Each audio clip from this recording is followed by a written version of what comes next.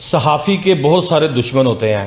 یہ جو دشمن دار ہیں یہ تو سالوں بعد اپنا کوئی دشمن پیدا کرتے ہیں، لیکن صحافی روزانہ کی بنیاد پر 100 دشمن پیدا کرتا ہے. وہ اس طرح سے پیدا کرتا ہے کہ صحافی ان کو ان کا مکروہ چہرہ دکھاتے ہیں، صحافی منشیات فروشوں کو دکھاتے ہیں منشیات فروشی کرتے ہوئے، صحافی دکھاتے ہیں جسم فروشی کے اڈے جو چل رہے ہیں وہاں جو ان کی پشت بنائی کرتا ہے ان کو بھی دکھاتا ہے. تو جو صحافی ہوتا ہے اس کے بے پناہ روزانہ کی بنیاد پر دشمن پائے جاتے ہیں. یہ پاکستان کے جو بڑے بڑے نامور بدماش ہیں، یہ جو بڑے بڑے نامور دشمن دار ہیں، ان کے لیے اپنا دشمن بنانا تو شاید مشکل ہو، لیکن جب صحافی صبح گھر سے نکلتا ہے اور جب رات کو گھر میں داخل ہوتا ہے تو میں یقین کریں 1 درجن سے زائد دشمن بنا کر گزرتا ہے. اور ابھی تک جو ہے وہ صحافیوں کے ہزاروں دشمن ہیں، اور منہ پر بڑے پیار سے بھائی جان، بیٹا جی، یہ چیزیں منافقت رکھتی ہیں، ایسے لوگ استعمال کرتے ہیں. لیکن صحافی جو ہوتا ہے وہ معاشرے کا آئینہ ہوتا ہے. جو جرائم پیشہ ناصر کرے گا اس کو رپورٹ کرنے کے بعد وہی ٹیلی ویژن سکرین پر دکھایا جائے گا، اور اس کو دکھانے کے بعد جب پولیس حرکت میں آئے گی تو اس کو گرفتار کیا جائے گا. مسئلہ تو یہی ہے کہ پولیس اگر حرکت میں آئی ہوتی تو آج ایک نوجوان کو گولیاں نہ لگتی. اگر پولیس نے بر وقت ان کے خلاف کارروائی عمل میں لائی ہوتی تو ملزمان آج جیل کے اندر ہوتے، اور جو مضروب ہے، جو زخمی ہے، وہ اپنے گھر میں ہوتا. میرے ساتھ یہاں پر ایک ایسی شخصیت موجود ہے جن کا تعلق گجرات سے ہے، اور بلال بٹ ان کا نام ہے. میں چاہوں گا کہ ساری بات جو ہے وہ بلال بٹ سے ان کی زبانی جان لیتے ہیں کہ کس طرح سے یہ سارا واقعہ پیش آیا. لیکن بلال بٹ نے جو ہے وہ منشیات فروشوں کے اوپر 2 مقدمات درج کروا رکھے ہیں. 2 مقدمات کے حوالے سے میں ایک بار بتاتا چلوں اپنے ناظرین کو، جس میں 239/24 یعنی کہ 2024 میں ایک مقدمہ درج کیا جاتا ہے. 6/6/2024 تاریخ تھی، اور 324 109 اور 337. ہوتا کیا ہے، منشیات فروشی روکنے کے لیے منشیات فروشوں کو کہا جاتا ہے کہ یہاں سکول کے بچے پھرتے ہیں، ادھر نہیں آنا، اپنی منشیات کہیں اور جا کر فروخت کریں. یہ ہوتا ہے مستقبل لوگوں کا سیو کرنا، اب بچوں کا مستقبل جو ہے وہ سیکیور کرنا. تو بلال بٹ نے منشیات فروشی کرنے سے منع کیا تھا، تو اس کی سزا یہ ملی کہ بجائے پولیس ان کو گرفتار کرتی، بلکہ انہوں نے بلال بٹ کو قتل کرنے کا ارادہ کیا، اور قتل کرنے کی نیت سے سیدھیاں گولیاں جو ہے وہ ان پر چلائیں. اس کے بعد انہوں نے جو مقدمہ درج کروایا اس میں ملزمان کو گرفتار نہیں کیا گیا. پھر کیا ہوتا ہے، پھر اس کے بعد ایک اور مقدمہ 7/7/2024 کو درج کروایا جاتا ہے، جس میں 300 جو ہے وہ 24 لگائی جاتی ہے، اور اس کے اندر 109 بھی لگائی جاتی ہے. اور اس میں بتاتا چلوں کہ ملزمان سیم وہی ہیں جن کو پولیس گرفتار نہیں کر پاتی تھی. صرف ایک ملزم جو ہے وہ عاصم عرف چاچو گرفتار ہے، بقیہ اس کی گھات لگائے اس کے انتظار میں بیٹھے ہیں کب آئے. اور پولیس جو وہاں کا سی پی او ہے، وہاں کا ڈی پی او ہے، وہاں کا آر پی او ہے، وہ شاید متعلقہ پولیس سے یہ سننے کے لیے بے چین ہے کہ بلال بٹ کو قتل کر دیا گیا ہے. صرف اسی انتظار میں ہے کہ بغیر ان کو جو ہے وہ گرفتار کرنے کے بلال بٹ کے قتل کی خبر سنیں. میرے ساتھ یہاں پر ایک بہادر صحافی موجود ہیں جو کہ بلال بٹ ان کا نام ہے، اور گجرات سے ان کا تعلق ہے. دونوں مقدمے جو ہے وہ تھانہ لاری اڈا میں درج کروائے گئے ہیں. شاید لاری اڈا کے ایس ایچ او کی اتنی جرت نہیں ہے، اتار دو یہ شیر کی کھال، اپنے گھر چلے جاؤ، وہاں جا کے برتن دھو لیں، وہ بہتر ہے. اگر حکومت نے آپ کو لوگوں کی جان مال عزت کی حفاظت کے لیے تعینات کیا ہے تو پھر کیوں نہیں اس کا فرض پورا کرتے.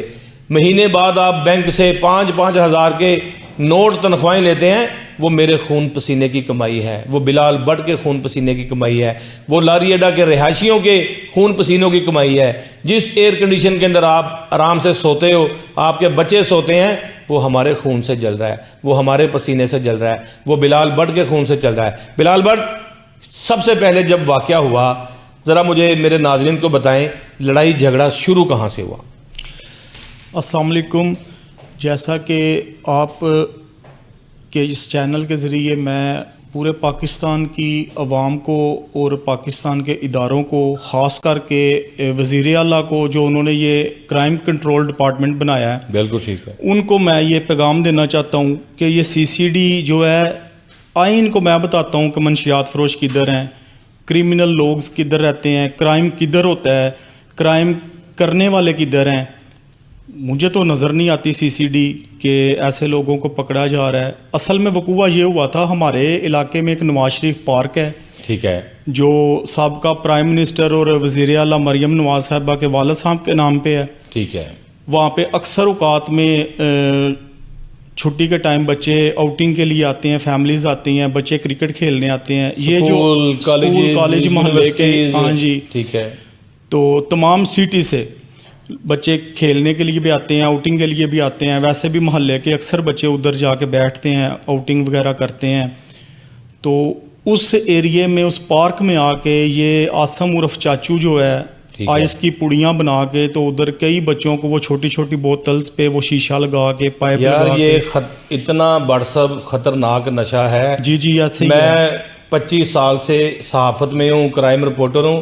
میں نے دنیا کو چرس پیتے بھی دیکھا ہے, میں نے دنیا کو شراب پیتے بھی دیکھا ہے, میں نے دنیا کو گانجا پیتے بھی دیکھا ہے, میں نے ہر طرح کا نشہ کرتے ہوئے دنیا کو دیکھا ہے. لیکن ان تمام نشوں سے لوگ واپس آ جاتے ہیں. لیکن جو آئس کا نشہ کرتا ہے وہ بھری جوانی میں مر جاتا ہے, اس کو بڑھاپے کی ضرورت نہیں پڑتی, بڑھاپے تک وہ پہنچتے نہیں ہیں. اور یقین کریں آج کل کی پڑھی لکھی خاتون, میں کیا بتاؤں کہ بڑی بڑی یونیورسٹیز میں اسی نشے کی لت میں لگی ہوئی ہیں. ینگ جنریشن جو ہے وہ ساری تباہ ہو رہی ہے. ٹوٹلی میڈیکل ریسرچ کے مطابق یہ ٹوٹلی 24 منتھ یا 2.5 سال تک زندگی ہے انسان کی. ینگ جو نوجوان بندہ فٹنس میں بڑے قسمت والے لوگ, بڑی جو ہے وہ والدین کی جن کو دعائیں ہیں, وہ لوگ اس نشے سے واپس آتے ہیں. لیکن کبھی نہ کبھی آتے ہی نہیں, میرے خیال میں نہیں آتے, بہت مشکل ہے. لیکن اس کو روکنا حکومت کی ذمہ داری ہے, پولیس کی ذمہ داری ہے. پولیس کی سرپرستی میں ہو رہا ساری یہ پولیس کی سرپرستی میں جو کام ہوتے ہیں نا, یہ لوگوں کے لیے بڑے نقصان دہ ہوتے ہیں. تو پھر چاچو جو گرفتار کیا گیا ہے, آسم عرف چاچو, جی, اس کو آپ نے منشیات فروشی کرنے سے روکا تھا, منع کیا تھا؟ اس کو میں نے منع کیا. اس کے خلاف جو ہے نا میں نے ویڈیو بنائی, ادھر ویڈیو بنا کے میں نے تھانے لاری اڈا گیا, خود جا کے ایس ایچ او کو دکھائی باقاعدہ اس کی جو ہے منشیات کی پڑیاں بنانے کا طریقہ, وہ جو ان کا چھوٹا سا ہوتا ہے وہ وزن کرنے والا کنڈا, اس پہ یہ کرتے ہوئے یہ ساری میں نے اس کی کوریج کر کے ایس ایچ او کو دکھائی. تو انہوں نے اس کے خلاف کاروائی نہیں کی, 2-4 گھنٹے اس کو بٹھایا, پیسے لیے چھوڑ دیا. پھر اس کو گائیڈ کیا گیا. سارا کچھ برآمد ہونے کے بعد بھی ایس ایچ او صاحب نے کہا کہ شہزاد انجم ایس ایچ او تھا اس وقت, جون 2024 میں 2-4 گھنٹے.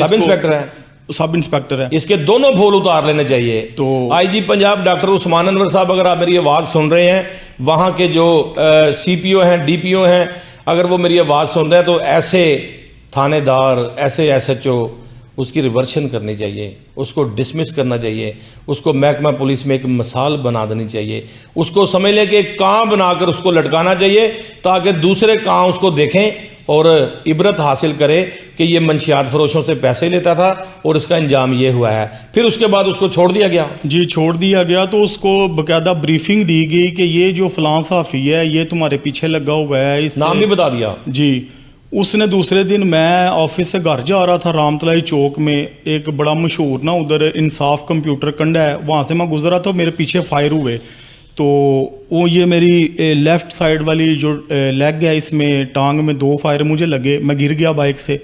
تو وہ بھاگ گئے, چھپے رہے. پولیس نے وہی روایتی انداز میں میڈیکل لیا, ایف آئی آر درج کی, ادھر جا رہے ہیں گھوم پھر کے آگے, بس جی پکڑا, نہیں مل رہا.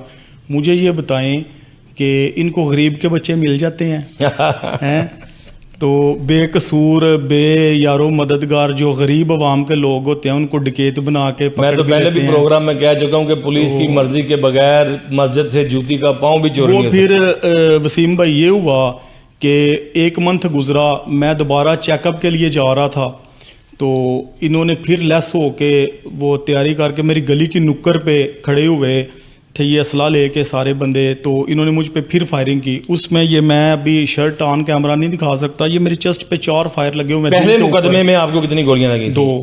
اس میں آپ سٹیبل کتنے دنوں میں ہو گئے؟ میں تقریباً 20-22 دن میں سٹیبل ہو گیا اس کے بعد پھر آپ نے صحافت کا دامن نہیں چھوڑا؟ پھر نہیں چھوڑا پھر اس کے بعد دوسرا وقوع کب ہوا؟ میرا عزم جو ہے وہ اور مضبوط ہو گیا تھا، پکا ہو گیا تھا کہ مجھے اللہ نے اس لیے چنا ہے، مر جانا ہے پر تنوں نے چھڑنا، نہ کوئی نہیں، ڈر اللہ کے علاوہ کوئی نہیں ہے۔ اچھا پھر دوسرا واقعہ کب ہوا؟ میں گھر سے نکلا، میں اپنا وہ چیک اپ کروانے ڈاکٹر کے پاس جا رہا تھا، ٹھیک ہے، تو بالکل روڈ پہ چڑھا ہوں تو انہوں نے آگے سے جو ہے نا بریسٹ کھول دیا گولیوں کا، وہ 4 مجھے لگ گئی ادھر سے آگے، پھر میں نے آگے سے گن پکڑ لی، یہ میرے ہاتھ میں دیکھیں یہ ڈبل فائر ہو گیا اس ہاتھ میں، یہ ابھی بلٹ ہے میرے یہاں پہ، یہ ڈاکٹر اپریٹ نہیں کر رہے، یہ ڈینجر ہے، کہتے ہیں یہ جرمن سے ہو گیا، ادھر کی یا تو ڈیتھ ہو جائے گی، تو یہ جو بالکل ہوتی ہے نبض اس کے ساتھ گولی اٹیچ ہے، یہ سینے پہ کتنی گولیاں لگی؟ 4۔ کیسے بچ گئے؟